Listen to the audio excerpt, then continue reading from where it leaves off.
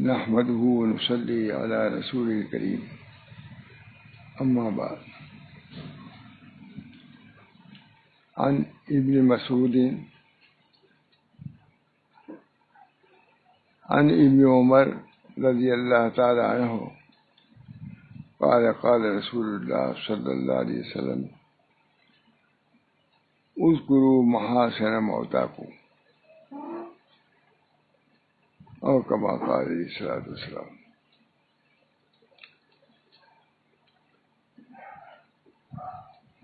اس وقت ہم لوگوں میں ایک بہت بڑا حادثہ پیش آیا ہے،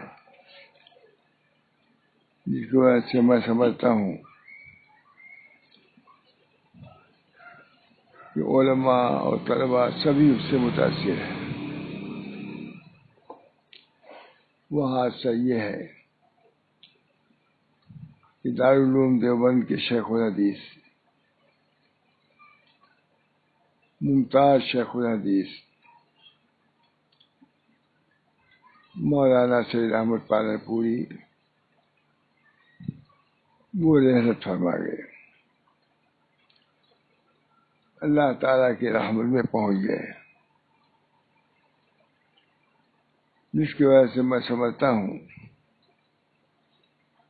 کہ علماء، طلباء اور صالحین کوئی بھی ان میں کا نہیں ہوگا جو اس سے متاثر نہ ہوا ہوگا۔ اس بنا پر نبی اکرم صلی اللہ علیہ وسلم نے ارشاد فرمایا ہے کہ ایسے موقع پر اپنے موتا کے محاسن کو بیان کیا کرو۔ اس کرو ان کی وفات ہوئی ہے، ان کے محاسن مطلب جو قابل تعریف باتیں ہیں ان کو بیان کیا کرو، اور ان کے مساوی اگر کوئی بری چیزیں ہیں تو اس سے بات رہو۔ ایک اصول یہ بھی بتا دیا نبی اکرم صلی اللہ علیہ وسلم نے، ہر موقع کے لیے تعلیم چھوڑا ہے، ہم آزاد نہیں ہیں، ہر موقع کے لیے۔ اب بتائیے اس کے لیے بھی بیان فرما دیا، اذکروا محاسن موتاکم، اپنے موتا کے محاسن کو بیان کیا کرو۔ یہ نہیں کہ اس کی شکایت کرنا شروع کر دیا، اس کی برائی کرنا شروع کر دیا، بلکہ خود فرمایا کہ ان کے مساوی سے باز رہو، میں نے ان کی برائیاں نہ بیان کرو۔ وہ تو گیا، اللہ کے یہاں چلا گیا، اب ان کی برائیوں کو بیان سے تم کو کیا فائدہ ہے؟ اگر تم ان کی خوبیوں کو بیان کرو گے تو ہو سکتا ہے کہ اللہ تعالیٰ کے یہاں اس کو فائدہ پہنچے۔ کتنے مسلمان اس سے حسن ظن رکھتے ہیں تو اس کے عذاب میں اللہ نے تخفیف کر دے، یہ بھی حدیث میں آیا ہے کہ جس کے جنازے میں اتنے لوگ ہوں، حدیثیں اللہ تعالیٰ مغفرت فرماتا ہے سب کی، ہے حدیثیں۔ چونکہ ہمارا دین کامل دین ہے، نبی اکرم صلی اللہ علیہ وسلم نے ہر موقع کے لیے تعلیم چھوڑا ہے۔ اب ہم جانیں یا نہ جانیں یہ ہمارا قصور ہے۔ اتنی موٹی کتاب ہے، مشکوٰۃ شریف ہے، بھائی کتنے ہزاروں حدیثیں اس کے اندر ہیں، اور جب بھی ضرورت ہوتی ہے علماء اس کو دیکھتے ہیں، کھولتے ہیں اور مناسب تعلیم مل جاتی ہے۔ یہ حضور صلی اللہ علیہ وسلم کا یہ بھی بہت بڑا اعجاز ہے، بہت بڑا اعجاز ہے۔ جیسے قرآن پاک معجزہ ہے، اسے میں سمجھتا ہوں کہ نبی اکرم صلی اللہ علیہ وسلم سے ہر وہ بات کہلا دی گئی ہے جو ضرورت کی ہے۔ چنانچہ حدیثوں میں آتا ہے کہ ایک ملحد کافر نے کسی صحابی سے کہا کہ تمہارا نبی وہ ہے جو استنجا کرنے کا ڈھنگ سکھاتا ہے۔ دونوں نے کہا کہ بے شک سکھاتا ہے۔ لکھا شاہ صاحب نے یہ تو شریعت کے عمدگی سے بات، شریعت کے صلاح اور کمال کی بات ہے کہ ہر چیز کی تعلیم موجود ہے۔ اس نے تو اس لیے کہا تھا کہ اس کی مذمت کی جائے، یہ تو نبی استنجا کے ڈھیلے سے 3 ریت کرو، یہ کرو، یہ تعلیم جو دیتا ہے تو یہ مذمت کے طور پر اسے کہا کہ ان صحابی نے چونکہ دین کو سیکھے ہوئے تھے، آج کل کی طرح نہیں، اس وجہ سے چونکہ دین کو سیکھے ہوئے تھے، اس طرح کہا بے شک ہمارا نبی استنجے کا ڈھنگ سکھاتا ہے، اور یہ کہتا ہے کہ استنجا جو ہے 3 پتھروں سے کرو، لید سے، گوبر سے نہ کرو، ہڈی سے نہ کرو، اس وجہ سے تمہارے بھائی جنوں کی خوراک ہے۔ یہ تو تعلیم ہوئی، یہ چپ کر دیا۔ ایک صحابی نہیں، یہ ابو کا صدیق حضرت عمر نہیں تھے، وہ عربی ہو گئے، وہ بھی بیان کرنے والے بھی تھے۔ اعتراض کیا کافر نے، تو فوراً انہوں نے جواب دیا کہ جو چیز تم قابل اعتراض سمجھتے ہو وہ چیز قابل سے بدہ ہے، تعریف کی چیز ہے۔ اس کو کہتے ہیں جواب علی اسلوب الحکیم، یعنی حکیم کے طریقے پر، کہ جو اپنے اوپر جو چیز الزام ہے وہ دوسرے کو اوپر ڈال دیا ہے۔ بہرحال تو نبی اکرم صلی اللہ علیہ وسلم کے یہ دین کے کمال کی بات ہے کہ آپ کو ہر چیز اس کے اندر ملے گی۔ اللہ تعالیٰ نے سب نبی صلی اللہ علیہ وسلم کے ذریعے سے سب تعلیم کو عام فرما دیا ہے، ٹھیک ہے نا؟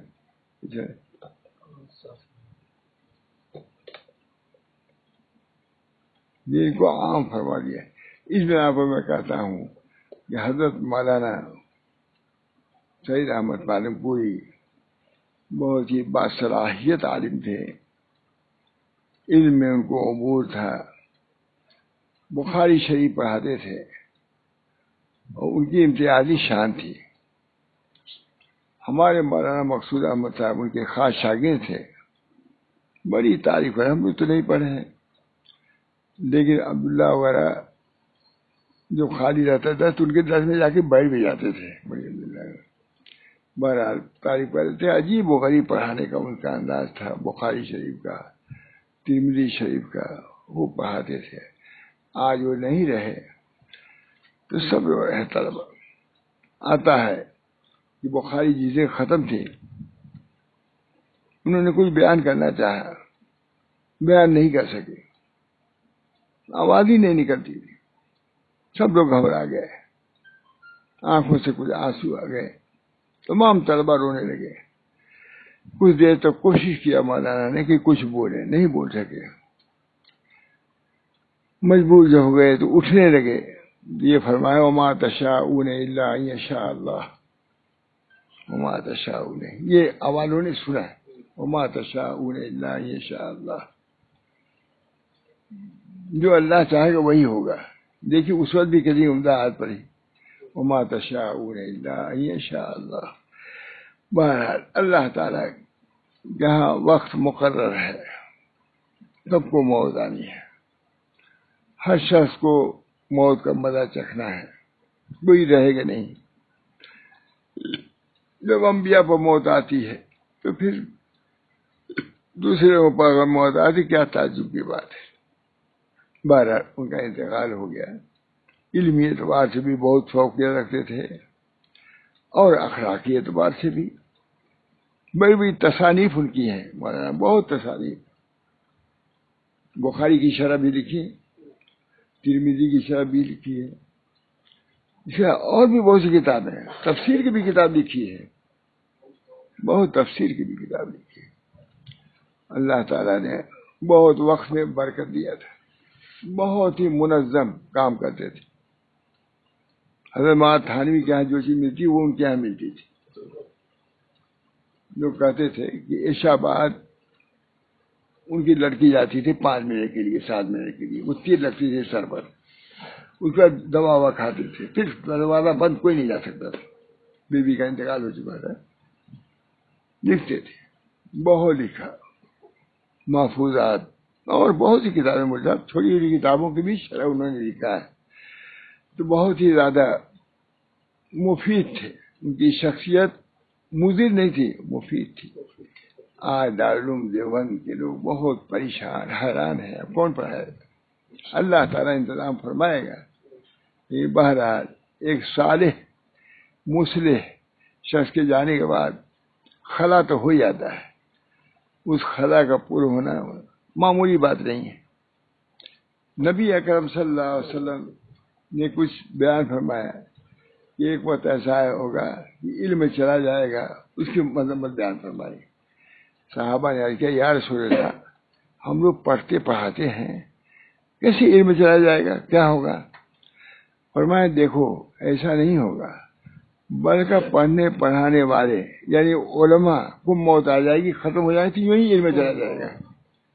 یہ نہیں کہ سینے سے اللہ تعالیٰ علم سلب کر دے گا، یہ نہیں ہوگا، بلکہ علماء کے جانے کے بعد خلا پیدا ہوگا، اس کے اہل نہیں پیدا ہوں گے۔ اللہ تعالیٰ علماء سے خالی نہ فرمائے امت، بہت بڑی ڈھارس۔ نائب اللہ، اللہ کے نائب ہے، اللہ کے رسول کے نائب ہے، اس بنا پہ ان کی برکات ہے۔ اس بنا پر اگر علماء نہیں رہیں گے تو جہلا آئیں گے، ان کی جگہ پر جاہل آئیں گے، غلو و اضلو، گمراہ ہوں گے اور گمراہ کریں گے، ہے نہیں؟ آگے حدیث کے الفاظ ہے غلو و اضلو۔ آج ایسا ہو رہا ہے، آپ دیکھ لیجیے کہاں اہل پیدا ہوتے ہیں، صحیح معنوں میں پڑھانے والے بھی نہیں مل رہے ہیں،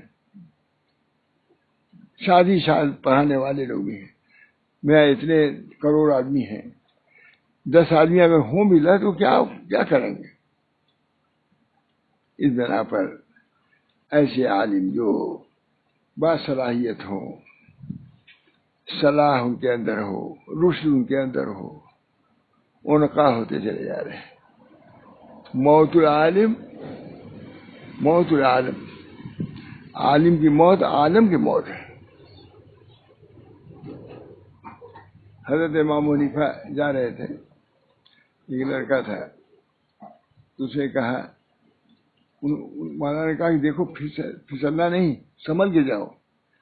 کہہ رہے اپنی خبر لیجیے، ہم پھسلیں گے تو تھوڑا سا نقصان ہوگا، آپ اگر اپنے کو دیکھیے، اگر آپ پھسلیں گے سارے عالم پھسل جائیں گے۔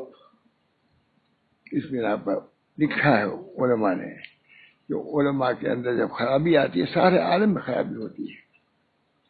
اس وجہ سے صالح علماء کا رہنا بہت بڑی نعمت ہے۔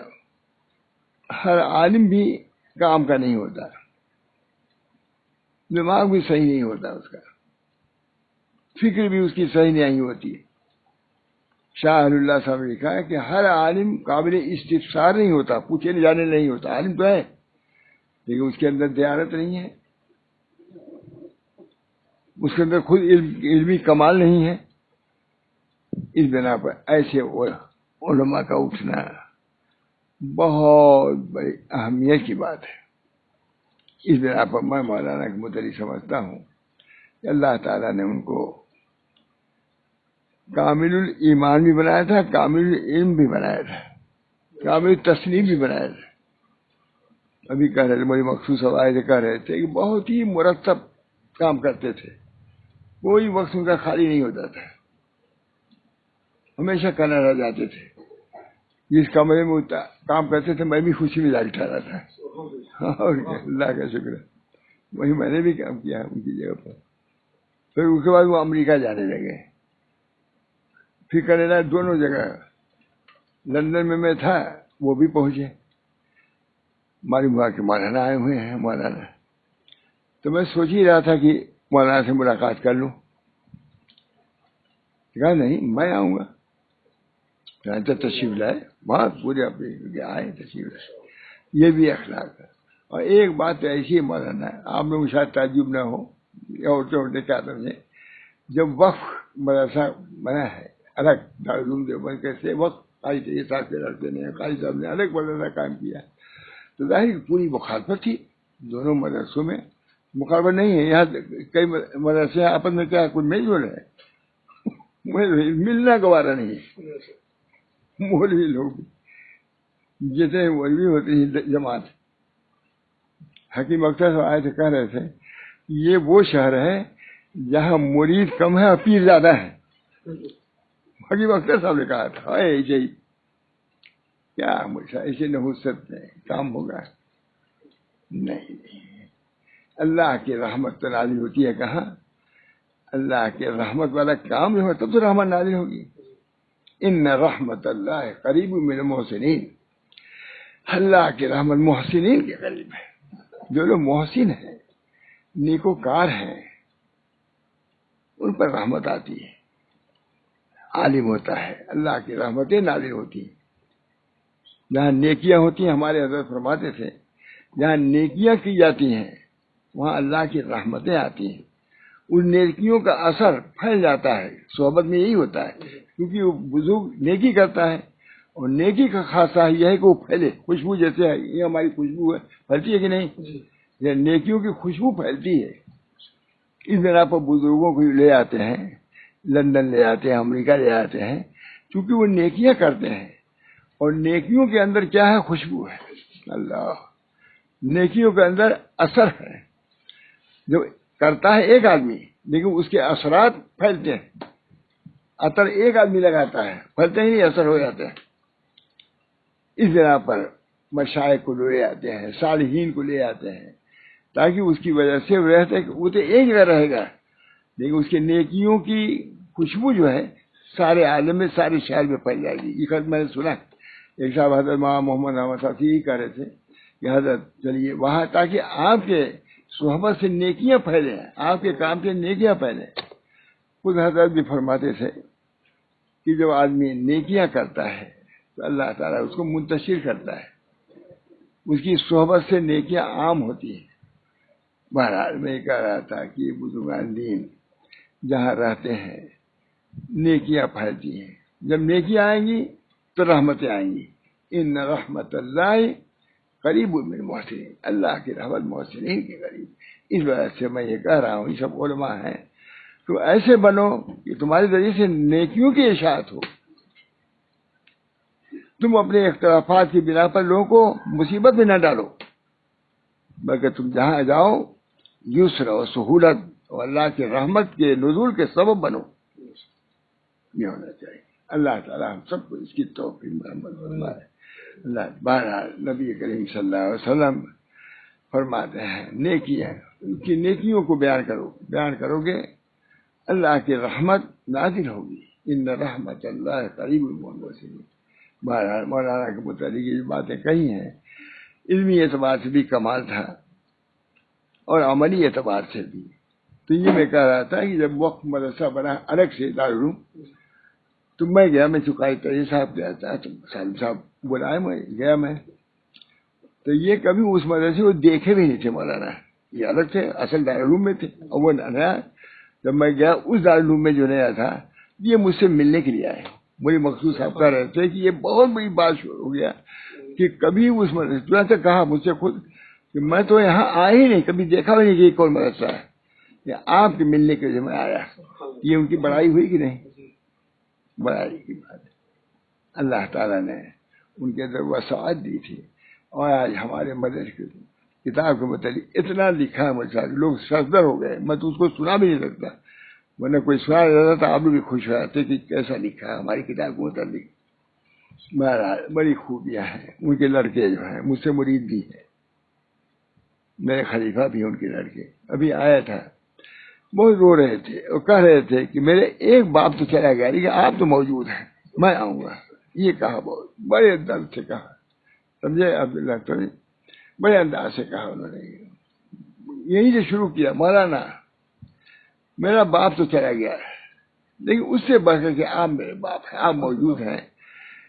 آؤں گا آپ کی مجلس میں اور اپنی اصلاح کروں گا، اللہ سے تعلق جوڑوں گا.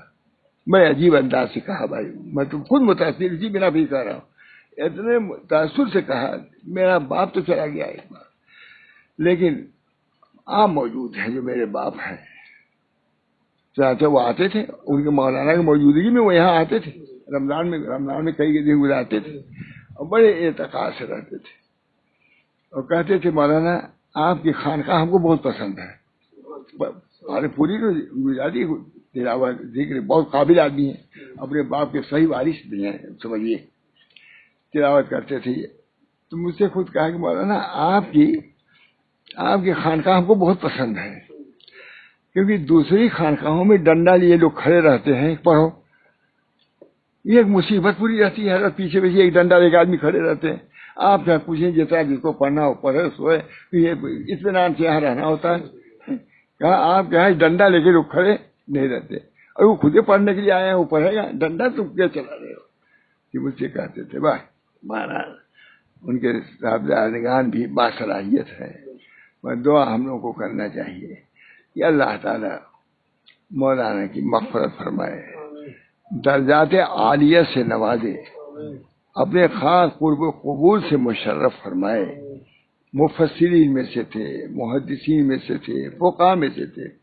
انہوں نے اس پر امداد الفتاوی بھی کام کیا ہے، امداد الفتاوی پر بھی کام کیا تھا انہوں نے.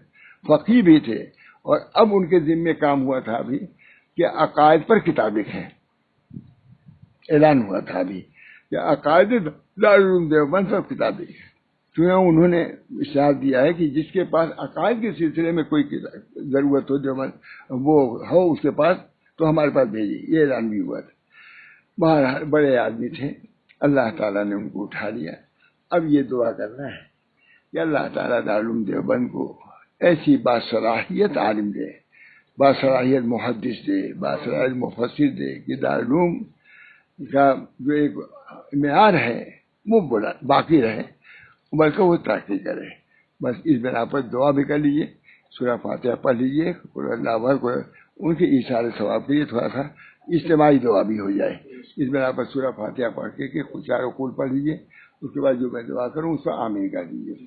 بسم اللہ الحمد للہ مالک یوم الدین اهدنا الصراط المستقیم غیر المغضوب علیہم ولا الضالین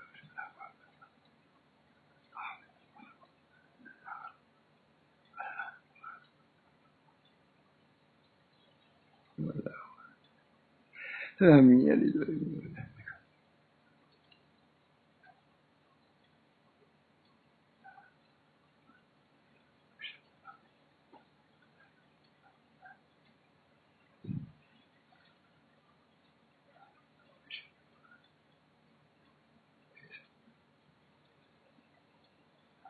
اللهم صل على سيدنا النبي وعلى آله وصحبه وسلم. اللهم صل على سيدنا النبي وعلى آله وصحبه وسلم. اللهم صل على سيدنا النبي وعلى آله وصحبه وسلم. یا اللہ جو کچھ ہمیں پڑھا ہے حضرت مولانا کو اس کا ثواب مرحمت فرمائیے، اور آپ کی مغفرت فرمائے، اپنے خاص قرب و قبول سے نوازیں، اور اللہ تعالیٰ اپنے فضل و کرم سے ایسی اہل مفسر محدث دارالعلوم دیوبند کو عطا فرمائے تاکہ یہ سلسلہ جو چل رہا ہے اللہ تعالیٰ اس کو چلاتا رہے. اللہ تعالیٰ رحم فرما، کرم فرما، اور وہاں جتنے نظام چل رہے تھے بہتر سے بہتر نظاموں چلتا رہے. اللہ تعالیٰ عافیت عطا فرما، ہمارا کی مغفرت فرما، ان کے بچوں کو صبر سکون عطا فرما. جو کام ہو رہا تھا اللہ ان کے بچوں سے، ان کے شاگردوں سے اس کو قائم و دائم فرما. یا اللہ اس کے فیوز و برکات سے ہم سب لوگوں کو معلومات فرما.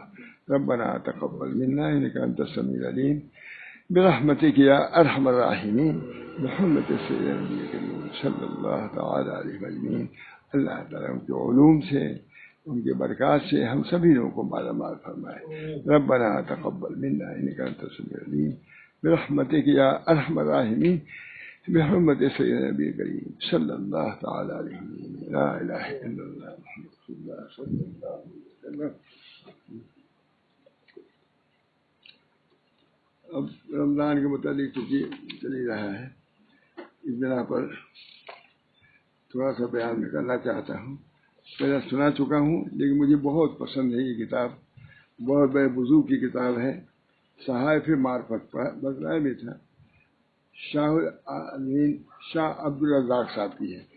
سنا چکا ہوں کو، پھر میں سناتا ہوں تھوڑا سا تاکہ آپ لوگوں کو ہے. اور پہلے جو پہلے ہے ابتدائی اس کو میں سنا چکا ہوں. جب ابتدائی یہ تمام چیزیں عمل ہوتا ہے تو آدمی ترقی کرتا ہے تو دوسرے لوگوں کے جو جماعت دوسرا درجہ ہے اس کو بیان فرما رہے ہیں. بہت ہی خوب بیان فرما رہے ہیں. فرماتے ہیں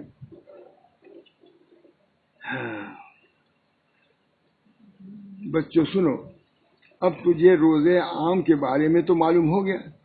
جو اخیار کا روزہ ہے، ابرار اور اخیار یہ بھی ایک لوگ ہیں، اور اس کی فضیلت اور ثواب سے بھی تجھے آگاہی ہو گئی، پہلے نے سنایا تھا، آگاہی ہو گئی کہ پہلے رمضان میں کیا کرنا چاہیے، ان سب چیزوں میں بتا چکا ہوں۔ اب آگے کی تعلیم میں جاری کرنا چاہتا ہوں۔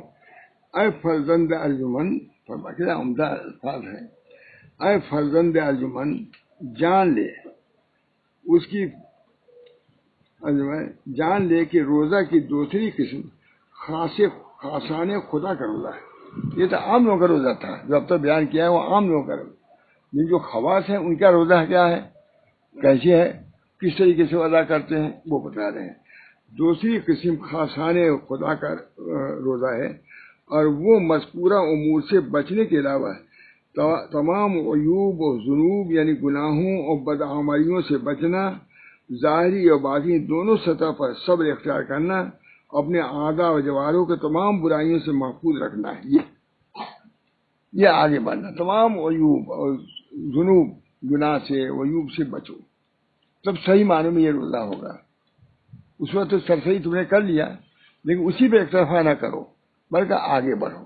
ہم کیا کر رہے ہیں کہ تمام عیوب اور ذنوب سے یعنی گناہوں اور بدعمالیوں سے بچنا، اور ظاہری اور باطنی دونوں سطح پر صبر اختیار کرنا، اور اپنے اعضاء و جوارح کو تمام برائیوں سے محفوظ رکھنا ہے۔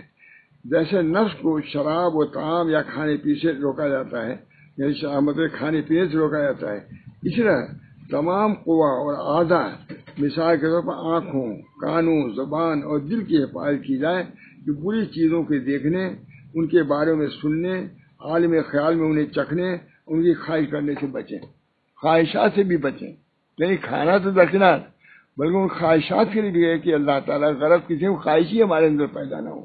یہ ہے روزہ، یہ اخیار کا نہیں ہے بلکہ یہ خاصان خدا کا روزہ ہے۔ خواص یہ ہے کہ عمل کرنا تو بہت دور کی چیز ہے، وہ عمل کی خواہش بھی اپنے قلب میں نہیں آنے دیتے اور اپنے کو بچاتے ہیں، یہ روزہ ہے، اور یہ قرب خداوندی کا بہت بڑا ذریعہ اور وسیلہ ہے۔ جب ان اعضاء کی حفاظت ہو جائے گی تو باقی تمام اعضاء بھی مسئول و محفوظ ہو جائیں گے، اور تو مکمل طور پر راہ خدا میں استادہ اور منزل صبر و رضا میں قائم ہو جائے گا۔ جب یہ کر لے گا تو اللہ تعالیٰ کی رضا کے مقام میں تو پہنچے گا، اور اللہ تعالیٰ کی خوشنودی حاصل ہوگی، اللہ تعالیٰ کی رضا سے تم مشرف ہوگے۔ سب سے پہلے دل کی حفاظت، اب بتا رہے ہیں کس چیز کی حفاظت کریں؟ دل کی حفاظت، دل کو وساوس سے بچاؤ، برے خیالات سے بچاؤ۔ آسان نہیں مدد، بہت بری بات ہے۔ اب ہم دوسری منزل پہ جا رہے ہیں، پہلی منزل ختم ہو گئی، اب دوسری پر جانے پہ سیڑھی پہ چڑھو گے تب تو جاؤ گے دوسری منزل پر۔ دوسری منزل یہ ہے کہ سب سے پہلے دل کی حفاظت فرض ہے۔ ابھی تو آنکھ، کان یہ سب کی حفاظت تھی، اب دل کو بھی اپنے محفوظ رکھنے کی کوشش کرو۔ اللہ پاک نے فرمایا واللہ یعلم ما فی قلوبکم، اللہ جانتا ہے جو تمہارے دلوں میں ہے۔ دل اللہ تعالیٰ کی تجلی گاہ ہے، اللہ دل ہی میں رہتا ہے، تو دل کو پاک صاف کرنے کی کتنی ضرورت ہے۔ اللہ کا گھر کیا ہے؟ قلب ہے۔ موسیٰ علیہ السلام نے درخواست کی اللہ تعالیٰ سے، این ابغی، کہ اللہ ہم کہاں آپ کو تلاش کریں؟ فرمایا ان منکسرۃ القلوب، ان لوگوں کے قلوب میں تلاش کرو جن کے دل ٹوٹے ہوئے ہیں، شکستہ ہیں، ان کی آدمی کی دل شکستہ ہی لوگ ہیں جن کے دل شکستہ ہے۔ اتنا عمدہ ہے، ہمارے حضرت اس کو بیان کرتے تھے بہت این ابغی، ابغی مانے میں آپ کو کہاں تلاش کروں؟ موسیٰ علیہ السلام نے اللہ تعالیٰ سے ہم کلام ہوئے، کہا یا رب این ابغی، آپ کو میں کہاں تلاش کروں؟ فرمایا ان منکسرۃ القلوب، جن کے قلوب ٹوٹے ہوئے ہیں، جن کی خواہشات پوری نہیں ہو رہی ہیں، پریشانیاں ہیں، بیماری کی وجہ سے، فقر و فاقہ کی وجہ سے، اور پریشانیاں ہیں، دل ٹوٹے ہوئے ہیں، وہاں تلاش کرو۔ اسی بنا پر اہل اللہ یوں ہی کبھی ڈانٹ پھٹکار دیتے ہیں تاکہ اس کا دل ٹوٹے، جب دل ٹوٹے گا اللہ کی رحمت آ جائے گی. خواجہ محمد معصوم صاحب فرماتے ہیں رحمہ اللہ کہ ہر چیز کی قیمت ٹوٹنے پر کم ہوتی ہے، لیکن دل جتنا ٹوٹتا ہے اتنی دل کی قیمت بڑھتی جاتی ہے. بار بار لکھتے ہیں ہر چیز کی قیمت ٹوٹنے پر کم ہوتی ہے، مگر دل جتنا ٹوٹتا ہے اس کی قیمت بڑھتی جاتی ہے. لیکن اب سب لوگ چاہتے ہیں کہ ہمارا دل ٹوٹنے نہ پڑے. ارے مطلوب ہے یہ. ہمارے مشائخ خوب کھاتا پیتا ہم لوگ تو رہ چکے، وہیں کھا پی رہے ہیں، خوب ہنس رہے ہیں، بول رہے ہیں. آیا کہ تم لوگ کھانے پینے کے لیے رہتے ہو کیا؟ ٹوٹا نہیں دل؟ شرم جائز ہے نا. اور خاص طور سے داماد وغیرہ کی بات کرتے کیا ٹوٹتا ہے دل؟ کہہ کے دیکھیے. یہ ہم لوگ دن رات سنتے تھے یہ کہ تم لوگ کھانے کے لیے رہتے ہو کیا؟ اب بتلائیے ایک داماد ہے اس کو آپ کہہ رہے ہیں دل ٹوٹے گا نہیں. اور یہ کہہ کر کے ہم لوگ چہرے کو دیکھتے تھے کہ کیا ہوا، ٹوٹا کہ نہیں کا دل. اور کہتے تھے کتنی ترقی کیا ہے. اس بات کو سن کر کے جو دل پر ان کے ٹھیس لگی ہے تو اس کی وجہ سے ترقی کیا کہ نہیں. بس علماء پوچھتے تھے کہ ان لوگوں کا کیا حال ہے، تو میں نے ان لوگوں کو ڈاٹا دل ٹوٹنا. یوں ہی کوئی بات فرماتے تھے، بہت فرماتے تھے کہ اصلاح و تربیت میں جھاڑو دے دینا آسان ہے، کھاد پھینکنا آسان ہے، لیکن مولوی کے لیے یہ کہہ دینا کہ تم کو کچھ نہیں آتا یہ مشکل ہے. اس سے جھاڑو دینا آسان، گوبر پھینکنا آسان، لیکن یہ سننا عالم کے لیے کہ تم بیوقوف ہو یا نادان ہو بہت مشکل ہے. اگر اسے برداشت کر لیا پھر ترقی کر جائے گا، آگے بڑھ جائے گا. کہا ہم لوگ لے جاتے تھے کتاب لکھ کر کے مضمون، بس کاٹتے تھے، یوں کاٹتے تھے، اب دیکھتے تھے چہرہ کہ اس کے دل پر کتنا گزرا. اب اگر شکستگی آئی برداشت کر لیا کہ ہمارے شیخ کو حق ہے کہ یہ کرے. دل ٹوٹا، کاپی پھینک دیا، نکل جاؤ. یہ ہے یہاں پگڑی اچھلتی ہے، بھی کہتے تھے یہاں پگڑی اچھلتی ہے اسے میں خانہ. آج اصلاحی بات کر رہا ہوں میں. یہاں پگڑی اچھلتی ہے اسے میں خانہ کہتے ہیں. یہاں پگڑی اچھلتی ہے. علماء کہتے تھے یہاں پگڑی اچھلتی ہے اسے میں خانہ کہتے ہیں. مطلب اصلاح کرو گے، دل میں تمہاری ٹھیس لگے گی، شکستگی آئے گی تو اللہ تعالیٰ کے قرب میں جاؤ، قریب ہو گئے. اور انانیت اگر ہوگی تو اللہ سے دور ہو گئے. نبی اکرم صلی اللہ علیہ وسلم فرمایا العجز فخری، عاجزی میرے لیے فخر ہے. حضرت ابوبکر صدیق فرماتے ہیں کہ اللہ تعالیٰ نے اپنے لیے اپنے راستے کے لیے عجز کو ضروری کہا ہے. یہ بہت آسان ہے. اگر وہ کہتے کہ قوت لے آؤ تو کہاں سے لے آتے ہم لوگ قوت؟ عاجزی سب اختیار کر سکتے ہیں، نبی بھی اختیار کر سکتا ہے، ولی بھی کر سکتا ہے، بادشاہ بھی کر سکتا ہے عاجز. جہاں تک سیدنا رفاعی غالباً فرماتے ہیں کہ سب لوگ اپنے اعمال کو لے کر کے اللہ کے دروازوں پر کھڑے تھے.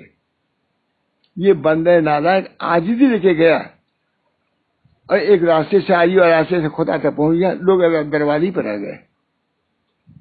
عاجزی یہ طریق ہے، خاص طریق ہے، مجدد صاحب کا طریق ہے. نقشبندیہ اپنے کو مٹانا، جس نے مٹایا اپنا نام و نشان، ہفتے اقدیم کا بڑا سلطان. یہ طریق کیا اپنے مٹانے کا ہے. کیا اپنی خواہشات کیا ہے؟ اللہ کے خواہشات پر مٹا دو اپنی خواہشات کو. نیستی بودی گربلہ نیستی، آئینہ ہستی چ باشد نیستی.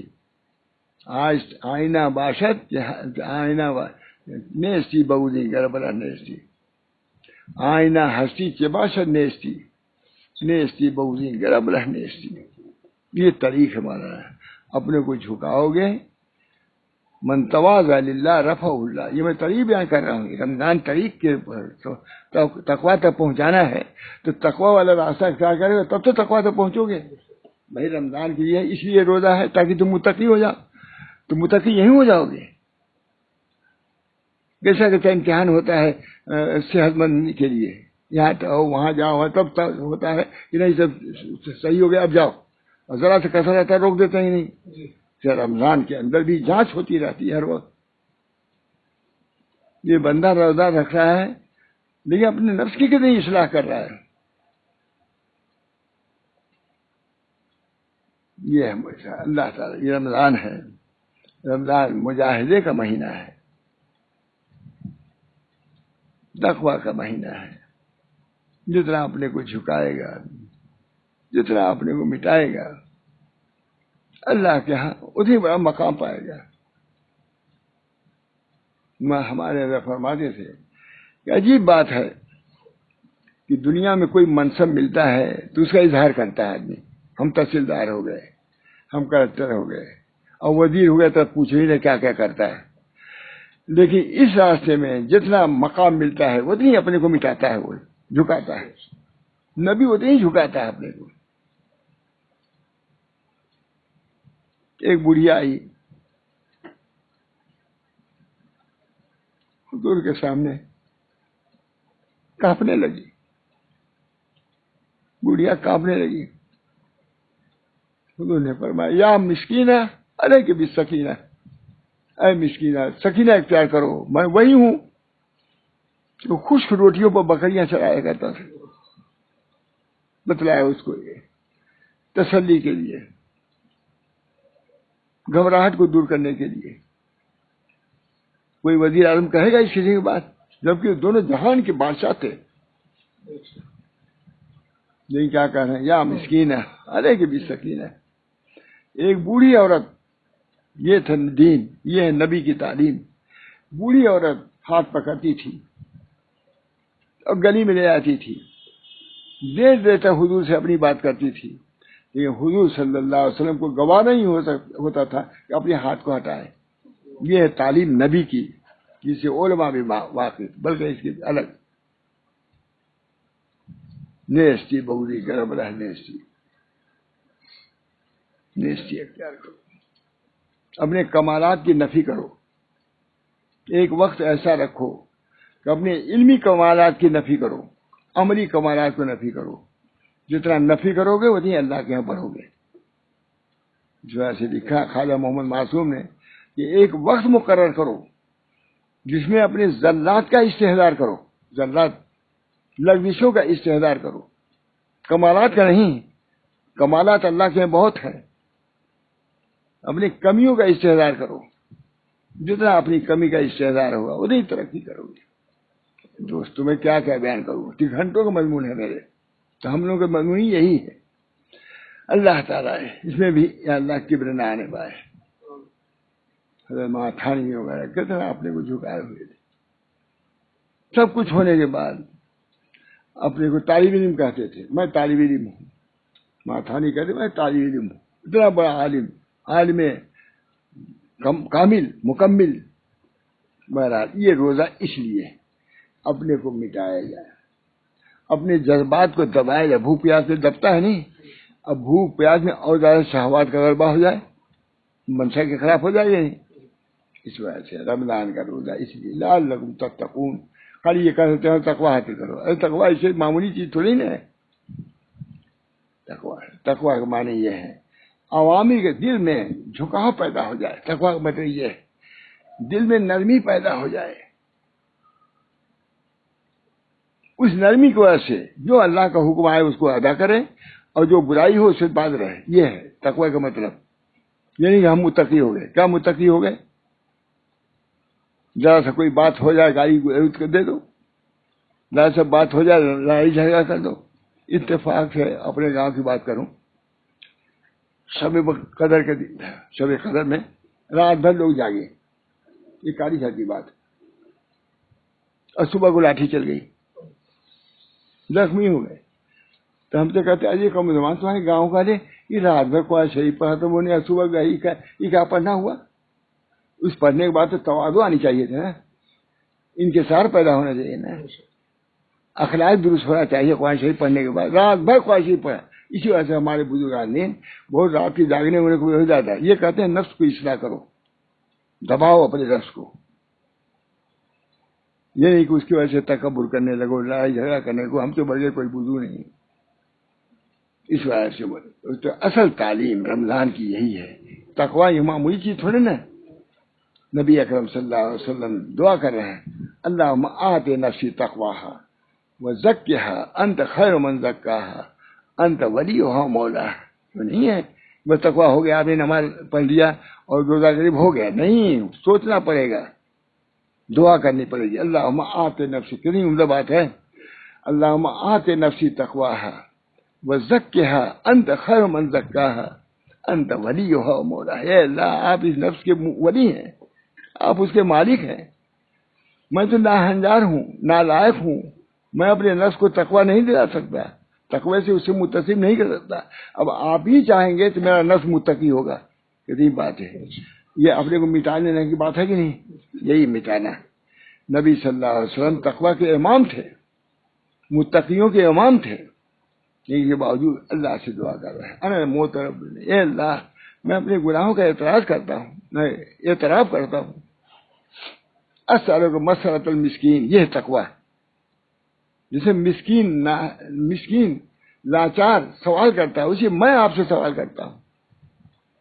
پورے رمضان میں حضرت نے بیان کیا ہے، اعتراف ذنوب جو کتاب ہے، پورے ایک مہینے تک یہی مضمون بیان کیا حضرت نے. اللہ تعالیٰ تلاوت والا ایک سال بیان کیا تو اس کو میں نے ضبط کیا ہے، اور اس بیان کو جاوید صاحب نے بیان کیا ضبط کیا. وہی اعتراف ذنوب ایسی موٹی کتاب ہو گئی. پورے رمضان میں یہی مضمون بیان کر رہے ہیں. انا المعترف انا المقر المعترف بذنبی اسألک مسألۃ المسکین وابتہل الیک ابتہال المذنب الذلیل.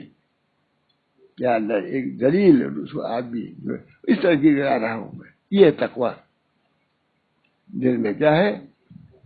بزرگی کا دعویٰ نہیں، مفلسی کا دعویٰ.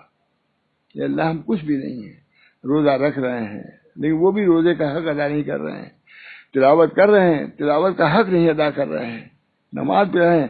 اس چیز کا استعداد جتنا ہوگا اللہ تعالیٰ کے یہاں قرب ہوگا، اللہ تعالیٰ کے یہاں مقام ملے گا. تکبر سے نہیں ملتا ہے، جھکنے سے ملتا ہے، تواضع سے ملتا ہے. یہ طریق میں بیان کر رہا ہوں آج. اللہ تعالیٰ ہم کو بھی توفیق دے. بہت دیر ہوگی، اللہ ہم کو بھی توفیق دے اصل طریق پر چلنے کی اور اصل طریق کو سمجھنے کی. جتنا اس چیز کو سمجھے گا اتنی اللہ کا قرب اس کو حاصل ہوگا. اللہ تعالیٰ کے قریب وہی دل جائے گا جس کے اندر تواضع ہوگا، جس کے اندر انکسار ہوگا. تو کیا فرماتے ہیں؟ واللہ یار، کہتے ہیں وہ سب جو تمہارے دلوں میں، دلوں کی حفاظت کرو. کیا کریں؟ واللہ یار معافی. سب سے پہلے دل کی حفاظت فرض ہے. دل میں کبر نہ آنا چاہیے. دل میں کیا ہے؟ تواضع آنی چاہیے. جتنی تواضع آئے گی، جتنی نیستی آئے گی، اتنی اللہ کے قریب ہوتے تم چلے جاؤ گے. اس وجہ رمضان کا فریضہ یا وظیفہ کیا ہے؟ تقوی حاصل کرنا. اور تقوی کہاں تھا؟ قلب میں ہوتا ہے. نبی صلی اللہ علیہ وسلم فرمایا التقوی ہاں ہونا، تقوی یہاں پر ہے. اس کی نگرانی کرو، دل کی نگرانی کرو. دل جتنا متقی ہوگا، جتنا پاکیزہ ہوگا، اتنی اللہ کے قریب ہوگا. اللہ تعالیٰ، بہت دیر ہو رہی ہے، اللہ تعالیٰ مجھے بھی اس تقوی کے حصول کا شوق اور ذوق پیدا کر دے، حوصلہ پیدا کر دے کہ ہم روزہ رکھ رہے ہیں. یا اللہ رمضان تک جاتے آتے بقول ہمارے حضرت کے مقام جاتے آتے دولت حاصل کر لو باطنی، اور اگر یہاں اس وقت حاصل کر لو گے تو سال بھر تمہارا حاصل شدہ چیز رہے گی، اور نہیں تو کچھ بھی نہیں. اس بنا پر ہم لوگوں کو سب سے زیادہ امت ہماری ہے، ہم کو زیادہ چاہیے. اللہ مجھے بھی توفیق دے اور آپ لوگوں کو توفیق دے کہ رمضان کا جو تحفہ تقوی ہے، اللہ ہم سب لوگوں کو تقوی سے متصف فرما دے. ہم کو، ہمارے بچوں کو، ہمارے مریدین متقین بغیر سارے مسلمانوں کو اللہ تعالیٰ تقوی کی دولت سے مالا مال فرمائے، اور جو پریشانیاں ہیں اس رمضان شریف کی برکت سے پریشانیوں کو دور فرما دے. اللہ ہر قسم کی عافیت عطا فرمائے، اور یہ بیماری جو ہے اس بیماری سے بھی نجات دے. اس کے علاوہ اور جو پریشانیاں ہیں یہ رمضان کی برکت سے ان پریشانیوں کو دور فرما دے. اور اپنی رضا سے، خوشنودی سے ہم سب سے، یا اللہ سارے عالم سے، سارے لوگوں سے اللہ تو خوش ہو جائے، اور اللہ تعالیٰ خوشحالی اور تمام جو چیزیں امت کے لیے مفید ہوں اس سے مشرف فرما دے. نبی اکرم صلی اللہ علیہ وسلم کیونکہ آپ رحمت للعالمین ہیں، تر ہوئی باران سے سوکھی زمین، یعنی آئے رحمت للعالمین.